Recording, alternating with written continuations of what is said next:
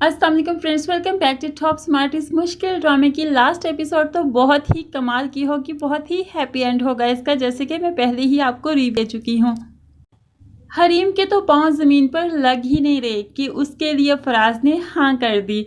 और फराज इतने प्यार भरे अंदाज में उसे कहता है कि वो यूनिवर्सिटी में भी उसे पसंद करती थी, इसलिए उसे लगता है कि वो दोनों एक दूसरे को डिज़र्व करते हैं। हालांकि फराज तो कुछ और ही सोच रहा है। फराज का बाप जब हरीम से कहता है कि बेटा तुम अब यहाँ से चली जाओ, अपनी माँ के घर जाओ और हम डोली बारात के साथ तुम्हें लेने आएंगे, तब तो हरीम की खुशी का कोई ठिकाना ही नहीं रहता। वो खुशी खुशी अपनी माँ के घर जाने के लिए तैयार हो जाती है। जाते ही जाते अपनी सास को कह जाती है, अम्मी जान जल्दी आइएगा, मुझसे इंतज़ार नहीं होगा, बहुत बेसब्री से आपका इंतज़ार करूँगी।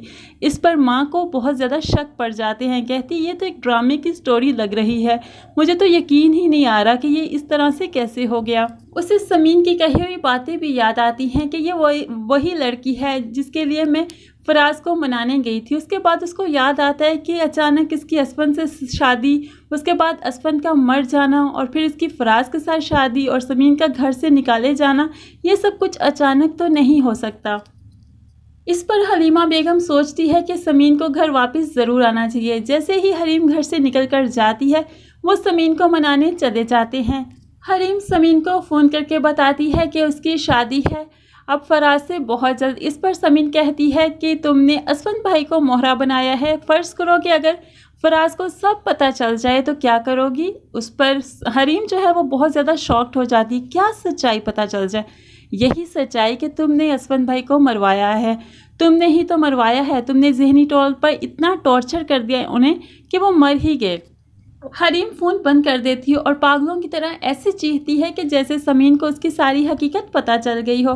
दूसरी तरफ समीन के सास और ससुर उसको बाइज्जत लेने के लिए पहुंच जाते हैं। हम अपनी बहू को लेने आए हैं। इस पर माँ शिकवा करती है कि ये बहू आपको तब याद क्यों नहीं आई जब आपने इसकी नंद की शादी की थी। हलीमा बेगम फ़ौरन जवाब देती है, नहीं, फराज आया था लेने के लिए, लेकिन समीन ने उसके साथ जाने से इनकार कर दिया। बाप कहता है ये बात सरासर झूठ है, फराज नहीं आया। इस पर हलीमा बेगम कहती, नहीं, फराज कभी झूठ नहीं बोलता, वो आया था, लेकिन इसके एक्स मंगेतर ने, समीन के एक्स मंगेतर, क्या नाम है उसका, आरिफ ने ही उसको दरवाजे से बाहर निकाल दिया था कि समीन उसके साथ जाना नहीं चाहती और समीन ने हुला के पेपर रेडी करवा लिए हैं। इस पर माँ बाप और समीन एक दूसरे को हैरानगी से देखते हैं। इतने में फराज पुलिस के साथ वहां पर पहुंच जाता है।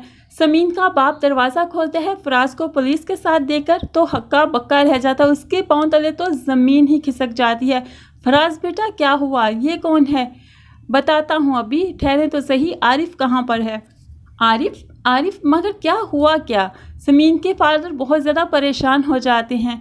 असफन भाई को मरवाने में आरिफ का हाथ है, आरिफ ने मरवाया है असफन भाई को, आरिफ को पकड़ने आई है ये पुलिस। इस तरह से आरिफ जो है वो हरीम की हकीकत भी खोल देता है। दोनों तो हवा खाएंगे अब जेल की और अच्छी हासी खाएंगे, सारी उम्र चक्की पीसेंगे, क्योंकि फराज इनको कभी भी जेल से निकलने नहीं देगा। और समीन से अपने हर रवैये की माफ़ी मांग लेता है और कहता है कि अब तो मैं जोड़ों का गुलाम बनकर रहूँगा। जिस पर समीन बहुत खुश हो जाती है। बहुत मोहब्बत से, इज़्ज़त से सब लोग मिलकर समीन को अपने घर ले जाते हैं। अपनी बहू, अपने घर की रौनक अब उनके घर में है। थोड़े ही दिन के बाद समीन प्रेग्नेंट हो जाती है और उसकी गोद बढ़ाई की रस्म बहुत धूमधाम से की जाती है। अनीला और पुप्पो भी इस रस्म में शिरकत करेंगे। उसके बाद समीन के घर एक खूबसूरत सा बच्चा पैदा होगा। इस तरह इस मुश्किल ड्रामे का एक हैप्पी एंड होगा कि समीन ने बहुत ज़्यादा मुश्किलात सही और एंड में कुदरत ने उसे इतना प्यारा तोहफा दे दिया, शोहर की शक्ल में और बच्चे की शक्ल में और एक मुकम्मल घर की शक्ल में। आपको ये ड्रामा कैसा लगा मुझे ज़रूर बताइए। दुआओं में याद रखिएगा, अपना बहुत ख्याल रखिएगा। अल्लाह हाफिज़।